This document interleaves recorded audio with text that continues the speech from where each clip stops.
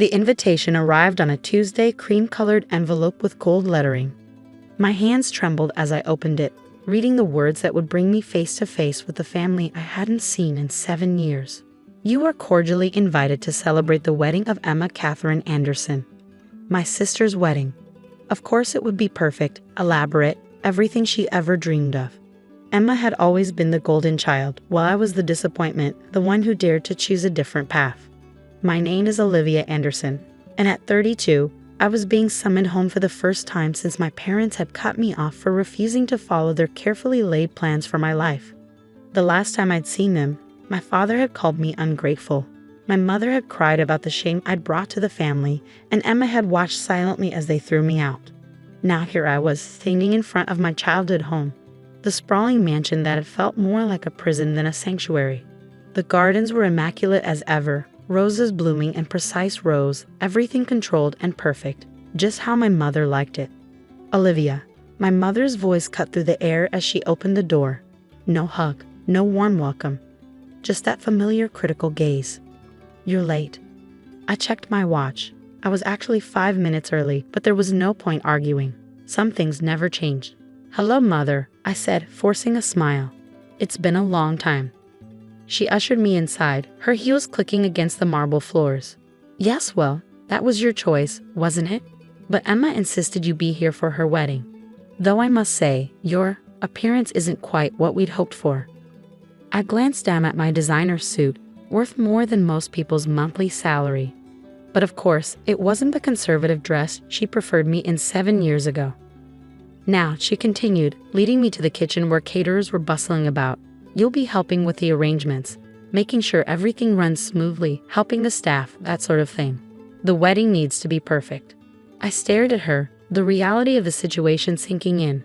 They hadn't invited me as a guest. They wanted me to be the help. Of course, I replied, keeping my voice steady. Whatever Emma needs. My mother nodded, satisfied with my compliance. Good. At least you can be useful. Emma will be down shortly. She's been so busy with the wedding plans. Her fiancé Thomas comes from an excellent family, you know. A merger between the companies is already in discussion. Of course it was. Everything in this family had always been about business, appearances, and social climbing. That's why they'd been so furious when I'd refused to marry the son of one of my father's business partners 7 years ago. Instead, I'd walked away from their money, their connections, their suffocating expectations. What they didn't know was how that decision had changed my life. They had no idea that the small tech startup I'd joined back then had grown into one of the most successful companies in the country. They didn't know that I now own 3 tech firms, that my net worth was more than triple what my father's company was worth. I kept my success quiet, changing my last name professionally to avoid the connection. As far as they knew, I was still the rebellious daughter who'd thrown away her future for nothing. Emma descended the grand staircase like a princess, just as she had when we were children. At 28, she looked exactly like the society bride our mother had always wanted. Perfect hair, perfect makeup, perfect smile. Liv, she exclaimed, embracing me with practiced warmth. I'm so glad you came. Everything has to be just right for the wedding. Congratulations, I said, hugging her back. Thomas must be special. Her smile faltered for just a moment. Oh, he's perfect. Daddy says the merger will secure the company's future, and his family is so well connected. Some things really never did change. I thought about warning her, telling her what it felt like to live your life for other people's expectations. But I could see in her eyes that she'd already accepted her role, just as she had when we were young. The rehearsal dinner is tomorrow night, my mother interrupted. You'll need to be here early to help set up. And please try to dress appropriately. I nodded, already planning what I would wear. Not the conservative dress she wanted, but something that would make it clear I wasn't the same person they'd thrown out 7 years ago. As I drove back to my hotel that evening, I thought about how different my life was now. My penthouse apartment in New York, my successful companies, the respect I'd earned on my own terms. Tomorrow, they'd see glimpses of it, whether they were ready or not. The real question was I ready for them to know the truth? The rehearsal dinner was everything I expected. Elaborate flower arrangements, crystal glasses, and enough tension to suffocate an elephant. I arrived early as instructed, wearing a Channel dress that cost more than my mother's entire wardrobe. The look on her face when I walked in was almost worth the price. That's hardly appropriate for kitchen staff, she sniffed, eyeing my dress with disapproval. I'm not kitchen staff, Mother, I replied calmly. I'm your daughter. My father appeared then, his presence still commanding enough to make the room feel smaller. Olivia, he said, his voice clipped. I trust you'll be discreet about your situation. We don't need questions from Thomas's family. I smiled, remembering the meeting I'd had with Thomas's father just last month. He didn't know I was Emma's sister. Few people connected Olivia Anderson with Olivia Reynolds, CEO of Reynolds Tech. But he'd certainly been eager to discuss potential partnerships with my companies. Don't worry, Dad, I said. I won't embarrass you. The evening progressed like a carefully choreographed dance. Emma played her part perfectly, laughing at all the right moments, touching Thomas's arm with just the right amount of affection. But I caught the moments when her smile slipped, when she thought no one was watching. During dinner, I overheard Thomas's father talking business with my father. The merger will save Anderson Industries, he was saying. You're lucky Emma's so accommodating. My blood boiled. They were using my sister as a pawn in their business games, just as they tried to use me. The difference was, I'd escaped. Later that night, Emma found me in the kitchen where I was supposedly helping with cleanup. You look different, Liv, she said softly. Happier. I am, I replied. You could be too, you know. You don't have to go through with this. She twisted her engagement ring nervously. It's not that simple. The company's struggling. Dad needs this merger. And what about what you need? I asked. I need to not disappoint them like you did, she snapped, then immediately looked regretful. I'm sorry, I didn't mean. Yes, you did, I said. But you're wrong about one thing. I didn't disappoint them. I disappointed their expectations. There's a difference. The next morning, I had breakfast with Thomas's father at his request. He still had no idea who I really was. Ms. Reynolds, he said, I've been hoping to discuss a potential acquisition. Your tech companies would be a valuable addition to our portfolio. I sipped my coffee, enjoying the irony. That's interesting, I said. I heard you were already planning a merger with Anderson Industries. He waved dismissively. That old dinosaur, we'll strip it for parts once the merger's complete. Henry Anderson doesn't know it yet, but his company won't exist in 6 months. That's why this wedding is so important. My hand tightened around my coffee cup, and Emma, does she know this? He laughed. The girl, she's just happy to be marrying into our family. Women like her are easily managed. I stood up, my decision made. Mr. Harrison, I should introduce myself properly. I'm Olivia Anderson, Emma's sister, and I think we need to have a very different conversation. The color drained from his face as recognition dawned. I pulled out my phone and played the recording of our conversation. Now, I said, let's talk about what's really going to happen. By that afternoon, news of the canceled merger was spreading through both families like wildfire. Emma found me in the garden, her face a mix of confusion and relief. What did you do? She asked. I handed her the recording. I showed you who Thomas's family really is, I said. The rest is up to you. She listened, her hands shaking. When it was finished, she took off her engagement ring and placed it on the garden table. They're going to be furious, she whispered.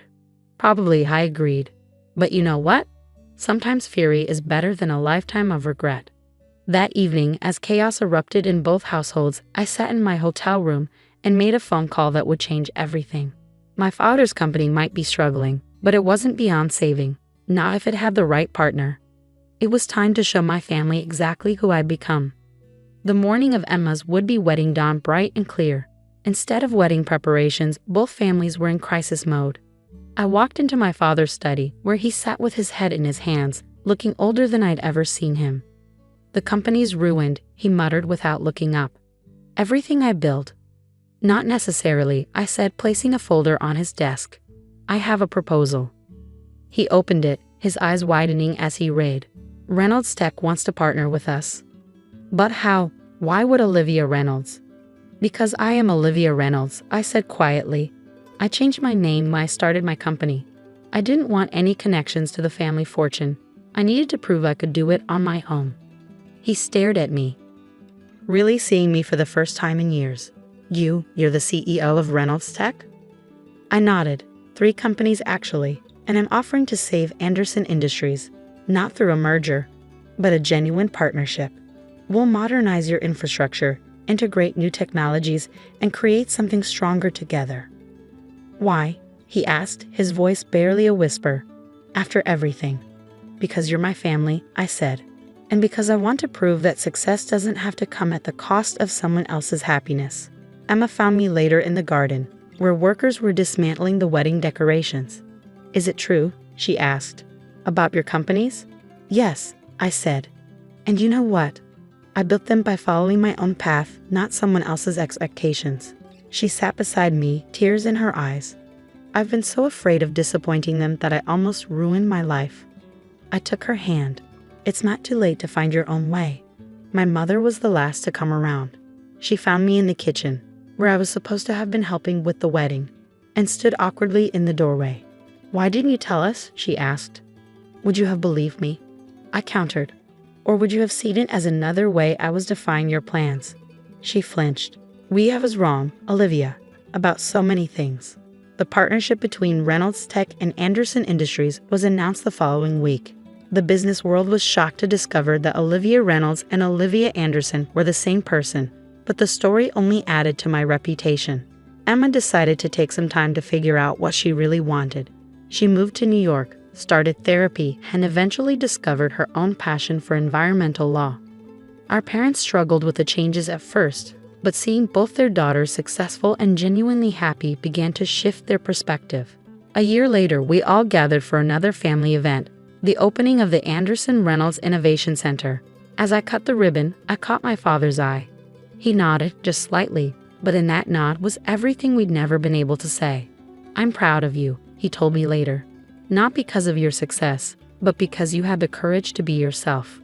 My mother, standing nearby, added softly, we should have seen it sooner.